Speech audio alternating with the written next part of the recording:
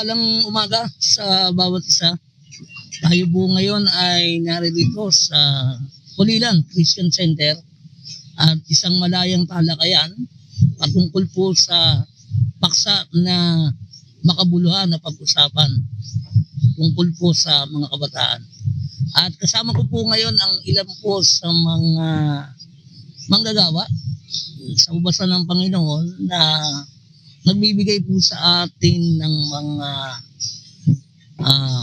pananaw patungkol po sa kabataan na sa kasalukuyan, kung ano po ang kalagayan ng ating mga kabataan. Okay?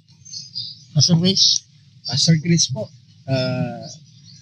sa oras po ito ay nais po namin mabigyan kayo ng ilang mga payo patungkol po sa ating mga kabataan kung ano yung mga nagiging issues po nila. Pastor Oscar po, ako po ay masaya na kabahagi ng talakayan na ito para po sa ikaunlad ng ating pangunawa patungkol po sa ating papaksain sa araw po ito. Purihin po ang Panginoon sa bawat isa sa inyo.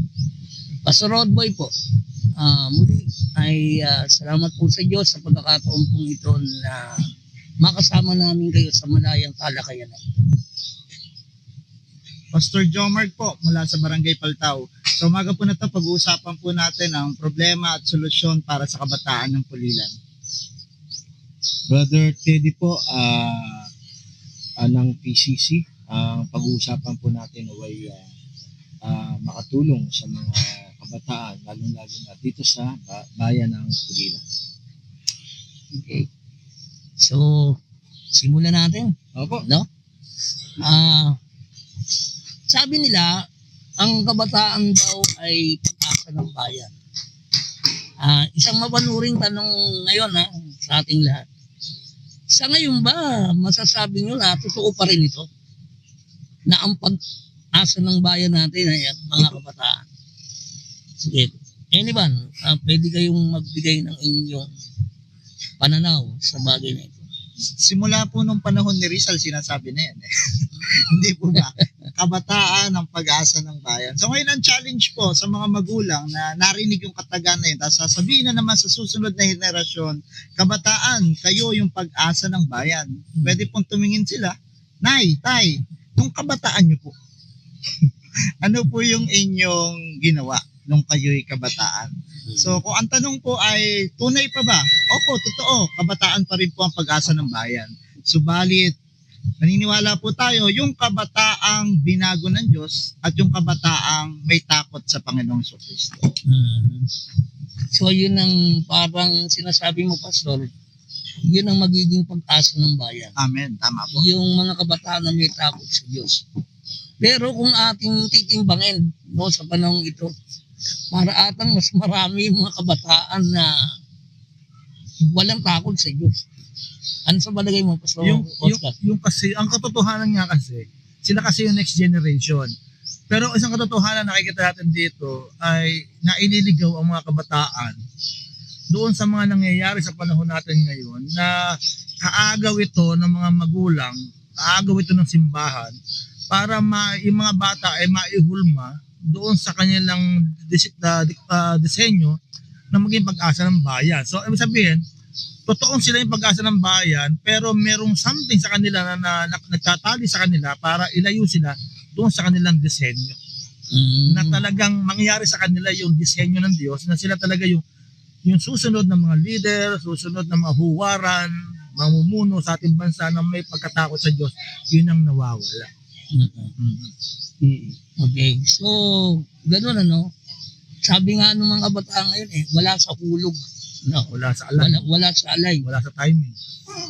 Brother Baby, matanong ka nga namin, sa palagay mo, bakit nga ba ang mga kabataan sa ngayon, mas marami ata yung walang takot sa Diyos kaysa yung sinasabi ni Pastor Jomar na dapat may takot sa Diyos? Bakit nagkakagat? Ibang-iba na kasi ang panahon natin ngayon. Sa loob na lang ng tahanan, nakita mo, ang dumidisiplina na sa mga bata, hindi naman na ang magulang. Katulad ng TV, makikita natin Correct. sa gadget, Totoo po yun. sa iPhone, sa cellphone, kung ano-ano na ang malaya nilang napapanood. Hindi ba katulad nung panahon natin na may oras ka lang sa panonood ng TV. Ang gadget, hindi naman ganun laganap. Konti lang ang gadget doon at ang may gadget doon, yung mga may kaya lang, iilan na lamang. Tayong mga ordinaryong tao, pag ordinary gano'n, ang pamumuhay ninyo ay hindi ka magkakaroon ng gadget. Kaya ang bata mula pagkagising hanggang sa matutulog, nakatingin sa kanilang mga gadget, sa mga cellphone. So na-adopt nila lahat nung nakikita nila roon. Kung may nagsaksakan man, kahit cartoons yan, di ba nagsasaksakan, pumapatay. Nung araw hindi naman ganyan ang cartoons. Ang cartoons natin doon hanggang ngayon siguro natatanda Sesame Street. Ganun lang ang ating mga cartoons yun. At saka Batibot. Tom and Jerry. Hindi ko medyo- naabutan yung puppet yun eh. So walang Bugs Bunny ako eh. wala silang pinakikita masyadong violenteng gawain. Ngayon, iba talaga na po. Kaya dapat ang mga anak natin, huwag po natin iasa sa gadget para sila ito mahimik or umiyak or malibang or para hindi mag-install sa gawain bahay natin. Dapat po tayo mismo magbantay sa mga bata, sa mga anak natin at piliin lamang natin yung mga dapat nilang mapanood sa mga gadget, sa TV para hindi po ma-adapt ng kanilang ugali, ng kanilang attitude, ng kanilang behavior na mga napupulot sa mga gadget. Yun lamang po ang masasabi. Ito, baka sasabihin ko, may sasabihin ako mamaya, kung mauna ka. Tungkol sa kabataan. Actually, ang isa sa mga nagiging problema na kung bakit ang kabataan po ay sa tingin natin na parang hindi natin nakikita yung sinasabing ang kabataan ng pag-asa ng bayan. Dahil sa realidad na ang kabataan ay pasaway, ang kabataan na hindi ganito, ay hindi ganyan. Tapos maririnig nila sa mga matatanda na nung kabataan namin, hindi kami ganyan, walang ganito. So mayroong konting parang malaking pagkakaiba. Talaga. Pero pag pala ang kabataan ay sinabihan ng ganun, ang litaw is masama na sila. Doon na ngayon. Iba kabataan Yes. ngayon, sensitive Oo. sila. Very sensitive sila. So ang sagot lang nila sa isip nila kahit hindi po sila sumasagot ng harapan yung iba. Pero nasa isip nila is nung panahon nyo kasi iba yung panahon namin ngayon. Kaya hindi nyo kami naiintindihan. Feeling nila sa loob ng bahay ay hindi sila naiintindihan.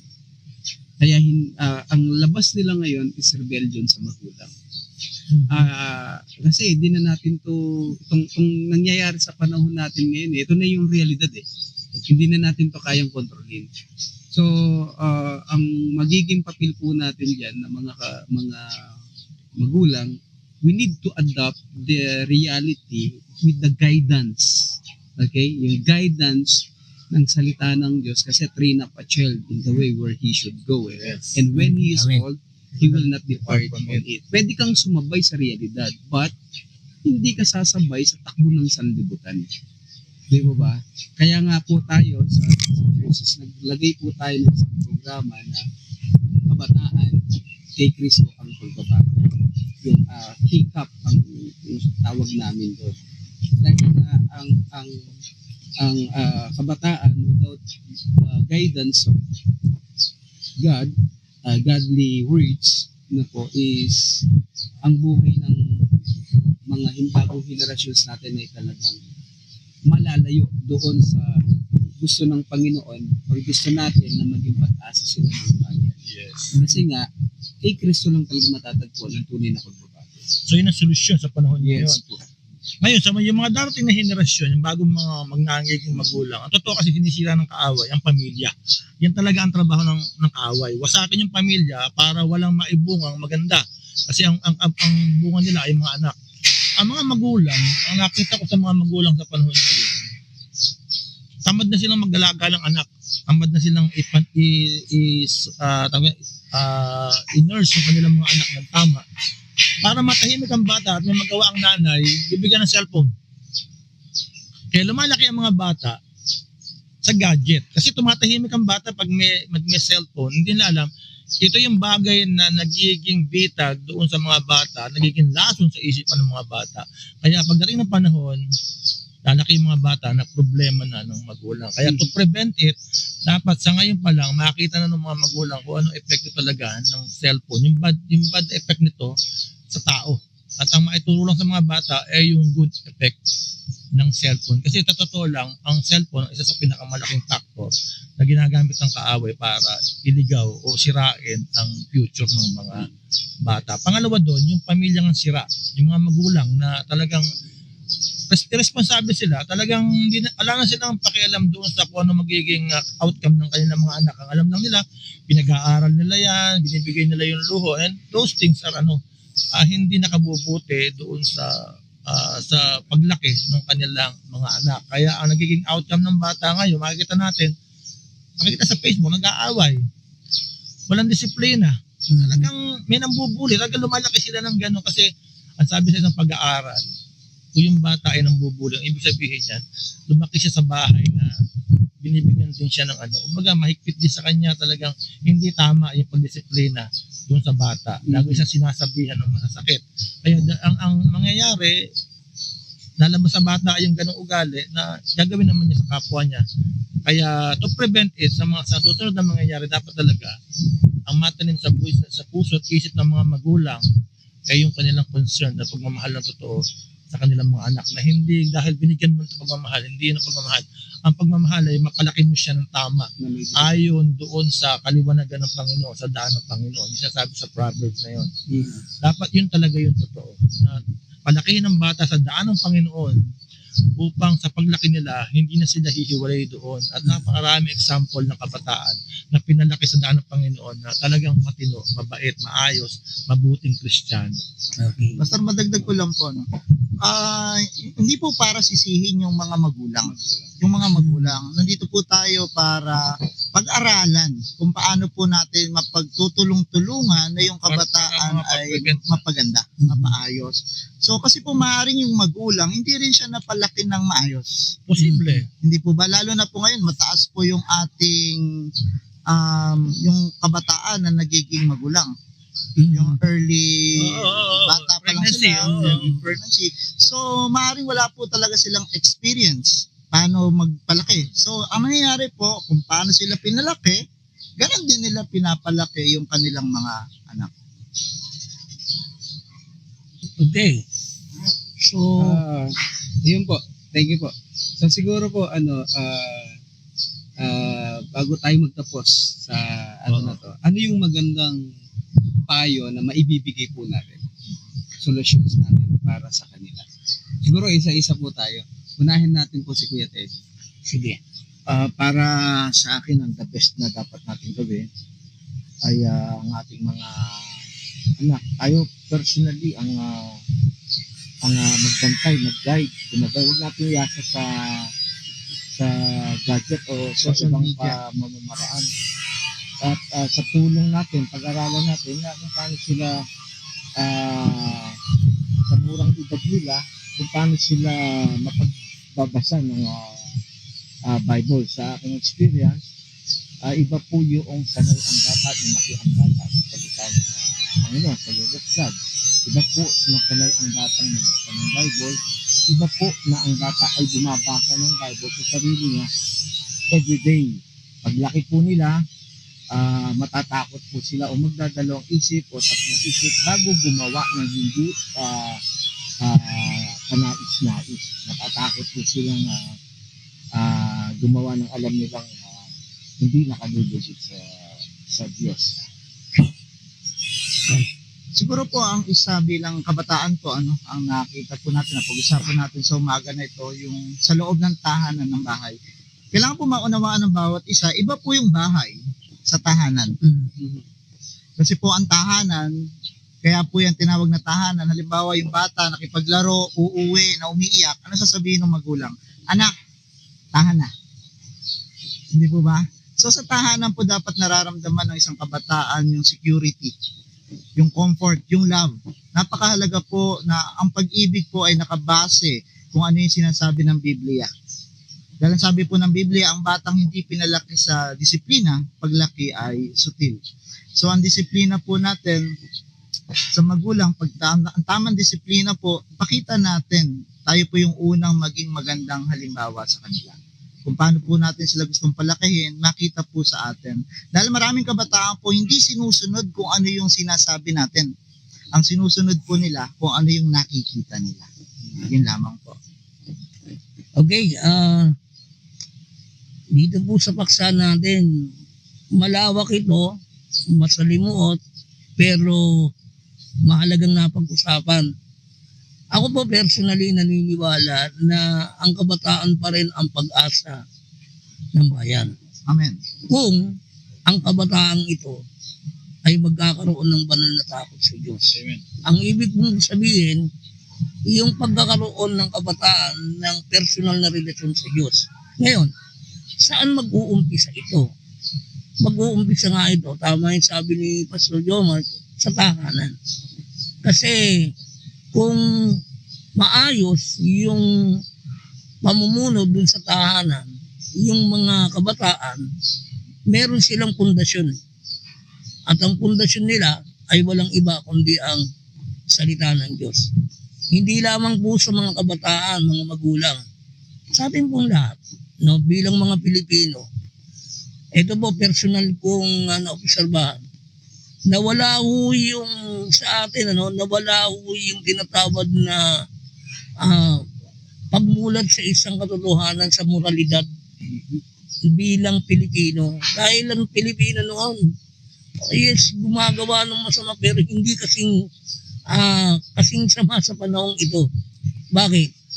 Humiwalay po tayo sa presensya ng Diyos. Kaya kailangan po yun, ibalik natin ang salita ng Diyos sa ating mga tahanan. Amen. At magiging maayos po ang lahat. Okay. Ang pamilya ay responsable sa pagkapalaki o pag-raise ng mabuting kabataan. Ang maliit na unit ng gobyerno ay nagsisimula sa tahanan. Pamilya talaga ang maliit na unit ng gobyerno. Na binigyan ng Panginoon ng kapangyarihan, pamahalaan ng mga magulang upang ang kanilang magiging anak ay palakihin nila ng tama at pagkatakot sa Diyos. So ang tama rin salita, ang responsable talaga dyan sa pag-raise ng mga mabubuting kabataan, yung magulang. Kaya ang concern natin dito, tayong mga nakakaintindi ng salita ng Diyos, huwag tayong manghinawa na mag-invite o mag-share o magbahagi ng salita ng Diyos sa mga magulang. Sapagkat ang bata naman nagsisimula ng mali talaga, bata talaga. At ang bata ay hindi naman tinuturuan talaga ng masama yan, pero talagang makikita mo na lumalaki talaga yan na may gagawing hindi maganda. So ibig sabihin, dapat ang mga magulang aware sila doon sa paglaki ng kanilang mga anak.